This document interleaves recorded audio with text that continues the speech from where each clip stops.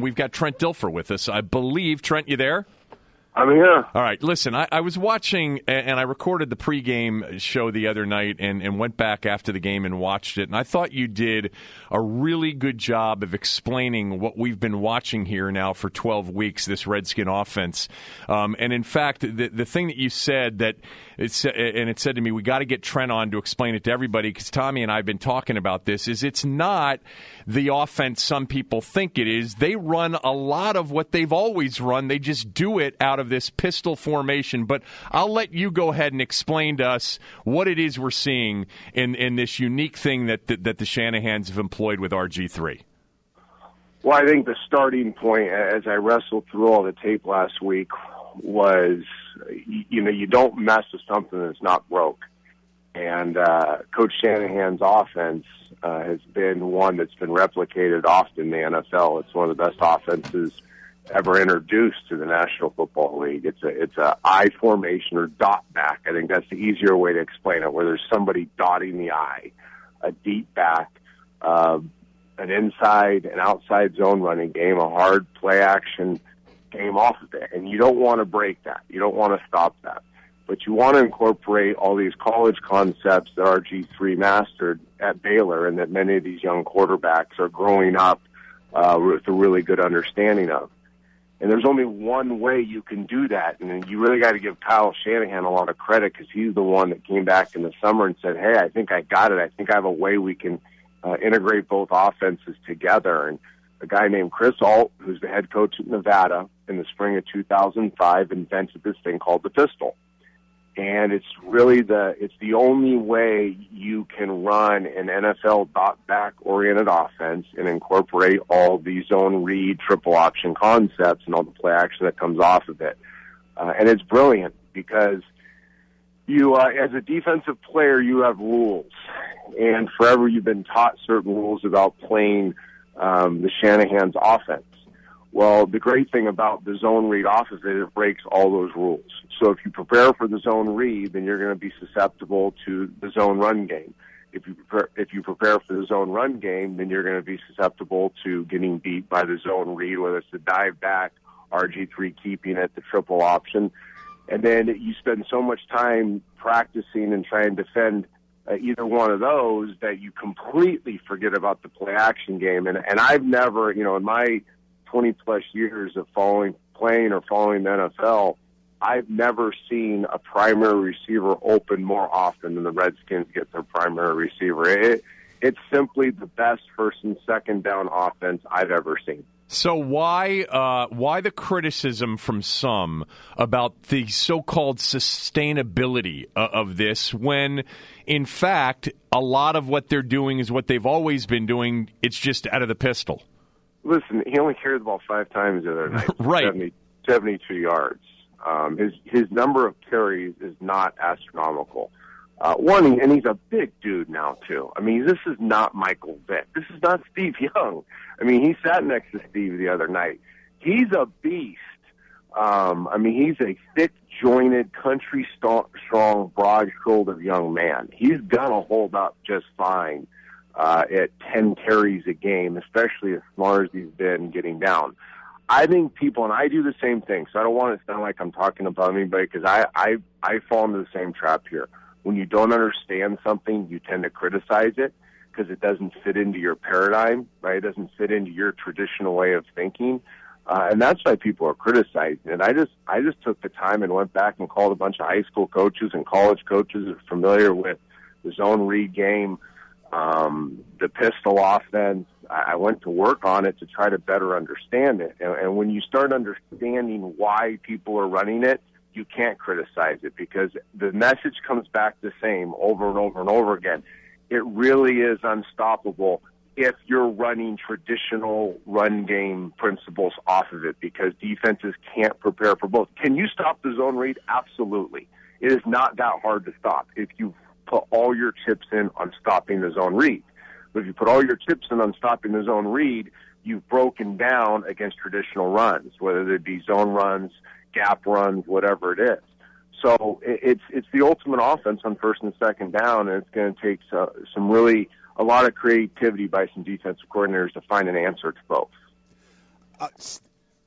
Trent, is RG3 then maybe the best quarterback we've seen to be able to run this kind of offense? And do you think they were able to be so successful so early in his rookie year because he grasped it so quickly? Yeah, I think it's the perfect bridge offense for him, especially for the passing game. I think he's going to develop into a complete passer. I loved his comments yesterday. He's trying to be the best quarterback, not just the best running quarterback or zone read quarterback, whatever. I think he's going to fully develop into one of, the term I always use is quarterback surgeons, one of the best. But you need a bridge offense to get you there. You need to integrate into the NFL game, and this is it. The play-action game in terms of the passing is brilliant. They only run a few concepts in their passing game, as I would say, as fewer concepts as any team in the NFL in the passing game. But they do them very well. They do them over and over and over. And they do it out of different formations, different personnel groupings, so you never know what's coming. And it's gonna allow him to slowly integrate into the drop back passing game, which eventually is going to be what they're going to need to master to be one of the best teams. It always comes down to third down, and they're not very good on third down right now. And it's not just RG3. I mean, he has some work to do on it, but it's the rest of their team. But they're able to accomplish so much on first and second down because of this offense. It's going to buy them time. We're talking to Trent Dilfer, ESPN, and of course a Super Bowl winning quarterback. When you say bridge offense, I still think logically that the pistol will always be a part of what they do because presenting him as a runner, and you said it, he ran 5 times, and we've been talking about it all year, too much is being made about how many times he runs it versus the potential of him running it on every play. Don't you think they'll continue to use the pistol? Absolutely. It'd be crazy not to. I think it's hard to differentiate. There's first and second down offense in the NFL, and then there's third down. There's mixed down, first and second down, and there's must-pass down, which is third and medium. I mean, there are 2 different offenses on every team for the most part. So they found a first and second mixed down offense that is better than anybody else. They'll have to develop the must-pass situations. The analogy I kind of thought about the other day with the RG3 running is, Calvin Johnson only gets targeted 14 times a game, right? But he's on the field 65 snaps a game. On 65 snaps, defenses play differently because Calvin Johnson is lined up as a wide receiver. So his impact in terms of targets might only be 12 to 14, but his impact's far greater than that. The 65 times he lines up out there, it puts the defense in conflict. It's the same thing with RG3. He can only run it 3, 5, 6, 7 times a game, but every time he's taking a snap, the defense is in conflict because he's the one taking the snap. I'll tell you this, teams can't play man coverage.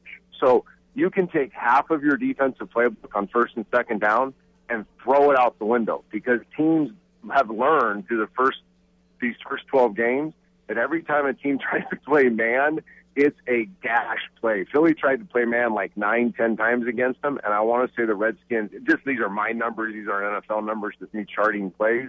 I want to say average like 20-something yards per play that Philly tried to play man against them. So it cuts the first and second down defensive playbook in half just because he's the one taking the snaps and because the type of offense they're running on first and second down.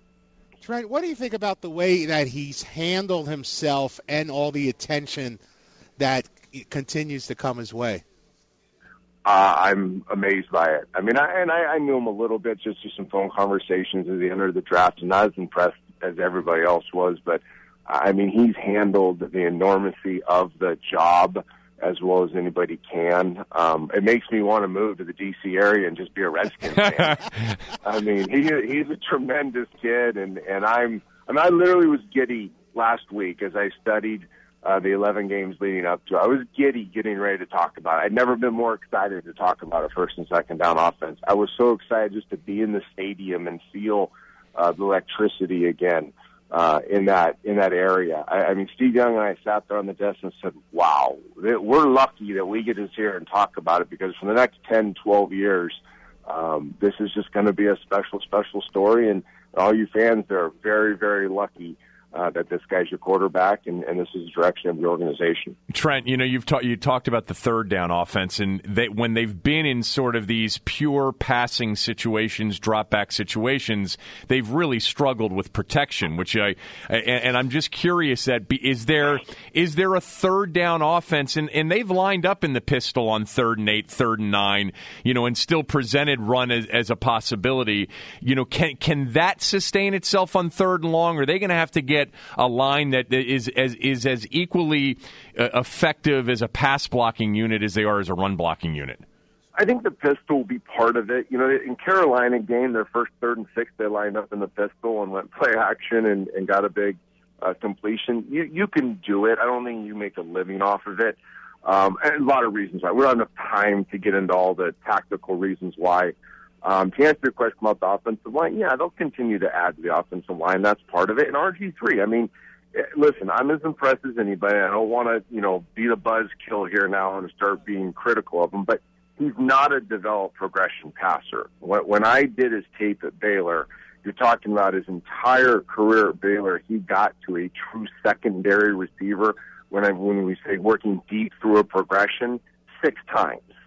So you could count on less than 2 hands how many times he went deep into his progressions. And the NFL game's kind of been the same thing for him. He's never been trained to have to climb in the pocket, tie his feet to his eyes, work from 1 to 2 to 3 to 4, because he's always known just to take off and get first down. So he knows that. The Shanahans know that. That's going to be something they go hard to work hard at.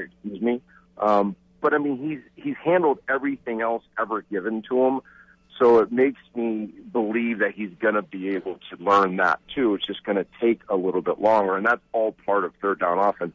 If you studied all the great third down passes in this league, the commonality to them all is the ability to tie your feet to your eyes and get deep into progressions, because typically on third down, you can take away the primary receiver, sometimes even the secondary receiver, and the quarterback has to be able to work through the whole thing and work the pocket.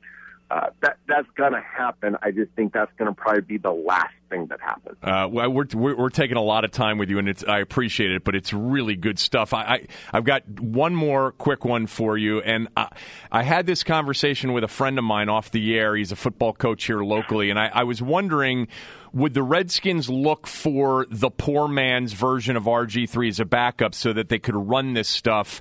And I asked him, is speed, killer speed, necessary? And he said, ball handling and decisiveness is more important than blazing speed. You got to have mobility, but ball handling and sort of decisiveness and being able to read that is just as important. Could they find somebody else to run this as a backup in the event that he got hurt?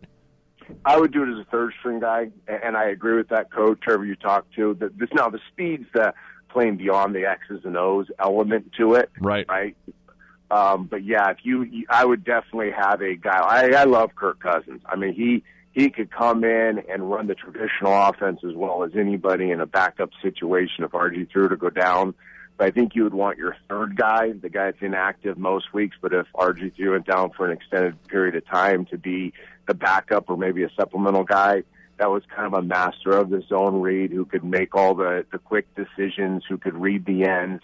They don't always just read the end either. There's ways you read the linebackers, you read safeties. There's midline offense that comes off of this where you don't block the free technique. I mean, there's a whole offense that this younger generation of coaches are building off of this. You've seen them incorporate the alley player, where they motion the tight end backside away from the zone read, and you bring that alley player along inside with the zone read. Right. I mean, there's so many elements to this thing. But for a simple answer, yes, I think they should probably consider finding a value guy that's run this offense in college, that's physical enough to take a beating, that can also throw the ball a little bit, and he could be your third guy. Hey, listen, you don't have to move down here, but you're welcome to come on the show whenever you want to talk about him. We got 4 weeks left in this season and maybe more. Thanks, Trent, very much. Anytime, guys.